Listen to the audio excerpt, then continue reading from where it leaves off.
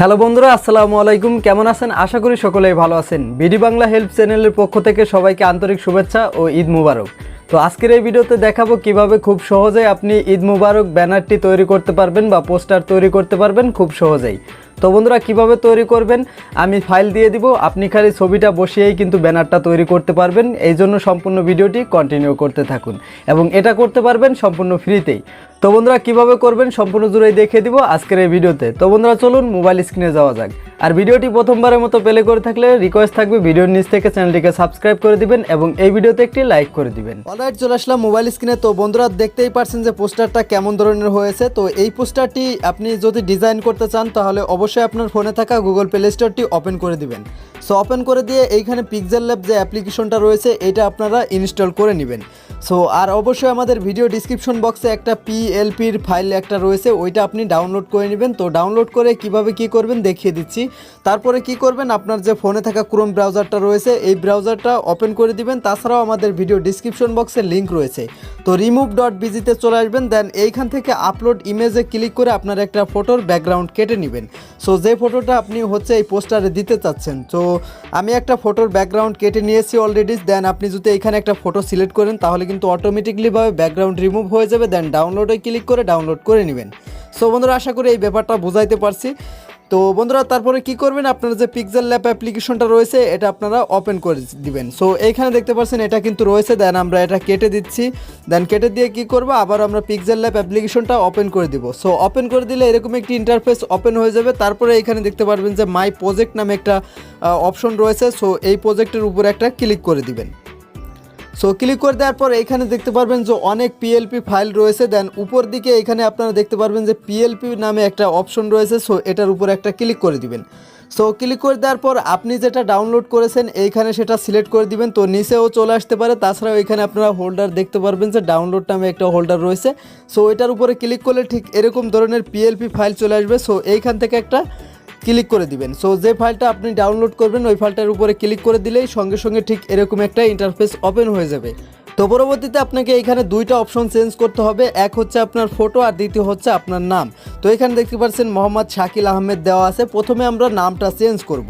তো নামটা চেঞ্জ করার জন্য কি করতে হবে, এখান থেকে আপনারা যে লেয়ার অপশনটা রয়েছে, তো লেয়ার অপশনটা বলতে গেলে কি উপরের দিকে এই যে বাটনটা রয়েছে এই বাটনটার উপরে ক্লিক করলে কিন্তু লেয়ার অপশন বের হয়ে যাবে। দেন এইখান থেকে আপনি সমস্ত লেয়ারগুলো দেখতে পারবেন। সো এইখান থেকে নামের যে লেয়ারটা রয়েছে এই দেখতে পাচ্ছেন এইখানে মোহাম্মদ শাকিল আহমেদ। তো সো এটার উপরে ক্লিক করে দিবেন। তো এটার উপরে ক্লিক করে এইখানে যে কর্নারে যে এডিট বাটনটি রয়েছে এই বাটনটির উপরে ক্লিক করে দিবেন। তারপরে এইখানে যে এডিট বাটনটি রয়েছে এটার উপরে ক্লিক করে দিবেন। সো ক্লিক করে দিলেই দেখতে পাচ্ছেন যে দেখতে পাচ্ছেন বন্ধুরা এখানে নাম এডিট করার কিন্তু অপশন দিয়ে রয়েছে। তো আমি যদি এখানে সবগুলো কেটে দিই তারপরে কিন্তু যে কোনো আমি নাম লিখতে পারবো। সো যেহেতু আমি আমার শাকিল নাম দিয়েছি দেন আমি রয়েছে, দেন আপনার নামটা এখানে কিন্তু আপনি লিখে দেবেন। দেন এখান থেকে আমি ক্যান্সেলে ক্লিক করব। সো আপনার নামটা দেওয়ার পর ওকেতে ক্লিক করলেই কিন্তু এখানে আপনার নামটা বসে যাবে। দেন এবার হচ্ছে আপনার ছবির পালা। তো এইখানে যে ছবিটা রয়েছে এই ছবিটার উপরে কি করবেন, এই নিচের দিকে এই বাটনটার উপরে চাপ দিবেন। সো এই বাটনটার উপরে চাপ দিলে কি হবে, আপনার এই ফটোটা চলে যাবে। তো দেখতে পাচ্ছেন এটা কিন্তু ফ্রেশ হয়ে গেছে। তো এখন এইখানে একটা ফটো আপনি ইনস্টল করবেন বা দিবেন, সেটার জন্য উপরের দিকে যে প্লাস আইকনটা রয়েছে এই প্লাস আইকনটার উপরে একটা ক্লিক করবেন। সো ক্লিক করার পর এইখানে দেখতে পাচ্ছেন ফ্রম গ্যালারি, দেন ফ্রম গ্যালারির উপরে ক্লিক করবেন। এইখান থেকে আপনি যে ফটোটি remove.bg থেকে ব্যাকগ্রাউন্ড রিমুভ করেছেন ওই ফটোটি এইখানে সিলেক্ট করে দিবেন। সো দেখতে পাচ্ছেন এই ফটোটি আমি সিলেক্ট করে দিচ্ছি। সিলেক্ট করে দেওয়ার পর নিচের দিকে এই যেখানে দেখতে পাচ্ছেন ওকে বাটন রয়েছে, সো এই বাটনটির উপর একটা ক্লিক করে দিব। ছবিটা কিন্তু এরকম হয়ে গেছে। তারপরে কি করব, এইখানে যে এ বাটনটি রয়েছে এটার উপরে ক্লিক করব।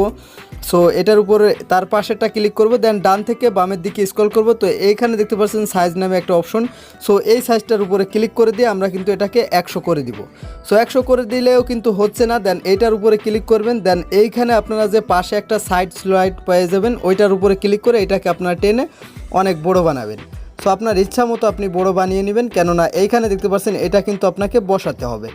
সো এরকম করে ঠিকঠাক মতো বসিয়ে নেওয়ার পর দেখতে পাচ্ছেন যে এখানে আমার নামটা কিন্তু নিচে চলে গেছে। দেন আমার পিকচারটা উপরে চলে আসছে। এটার জন্য কি করবেন, আবারও এই লেয়ার অপশনটার উপরে ক্লিক করে দিবেন। সো আবারও লেয়ারটা বের হয়ে যাবে। দেন এইখানে যে এডিট অপশনটা রয়েছে সো এটার উপরে আবারও ক্লিক করে দিবেন। সো এডিট অপশনের উপরে ক্লিক করে দেওয়ার পর এইখানে নিচের দিকে দেখতে পাচ্ছেন যে একটা বাটন রয়েছে ডান পাশে কর্নারে, সো এই বাটনটির উপরে ক্লিক করে দিবেন। তো দেখতে পাচ্ছেন নিচে চলে গেল, দেন এইখানে কিন্তু আমাদের ছবিটা কিন্তু অলরেডি দেখতে পাচ্ছেন বসে গেছে, এখন কিন্তু সুন্দর হয়েছে। তো এই ফটোটি সেভ করার জন্য উপরের দিকে এই যে শেয়ার বাটন রয়েছে, এই বাটনটির উপরে ক্লিক করে দিবেন। আশা করি দেখতে পাচ্ছেন আপনাদের ফটোটা কিন্তু তৈরি হয়ে গেছে। এই শেয়ার বাটনটির উপরে ক্লিক করে দিয়ে দেখতে পাচ্ছেন এইখানে যে কাস্টমাইজ রয়েছে, দেন এটার উপরে আপনারা একটা ক্লিক করবেন। সো এটার উপরে ক্লিক করার পর দেন এখান থেকে আলটাতে ক্লিক করে সেভ টু গ্যালারি যে বাটনটা রয়েছে এটার উপরে ক্লিক করে দিবেন। তো বন্ধুরা, আশা করি বিষয়টা আপনি খুব সহজেই বুঝতে পারছেন যে কিভাবে আপনি ঈদের পোস্টারটা তৈরি করতে পারবেন। আমরা যদি গ্যালারিটি ওপেন করে দেই দেন আমরা কিন্তু এই ফটোটি দেখতে পারবো। এই ফটোটি আপনি এখন থেকে কিন্তু যে কোনো কোথাও কিন্তু আপলোড করতে পারবেন। সো বন্ধুরা, আশা করি বুঝাইতে পারছি, দেখতে পাচ্ছেন এই যে সেই ফটোটি। তো ভিডিওটি ভালো লাগলে অবশ্যই একটি লাইক করতে ভুলবেন না। তো বন্ধুরা, আশা করছি খুব সহজেই আপনি ঈদ মুবারকের পোস্টারটা বানাইতে পারবেন। যদি কোনো সমস্যা হয় অবশ্যই কমেন্ট বক্সে কমেন্ট করবেন। আর ভিডিওটি ভালো লাগলে অবশ্যই একটি লাইক করে দিবেন এবং আরও ভালো লাগলে বন্ধুদের মাঝে শেয়ার করতে পারেন। তো ভালো থাকুন, সুস্থ থাকুন, দেখাবে ঠিক এরকমই নিত্য নতুন ভিডিও নিয়ে। খুদা হাফেজ।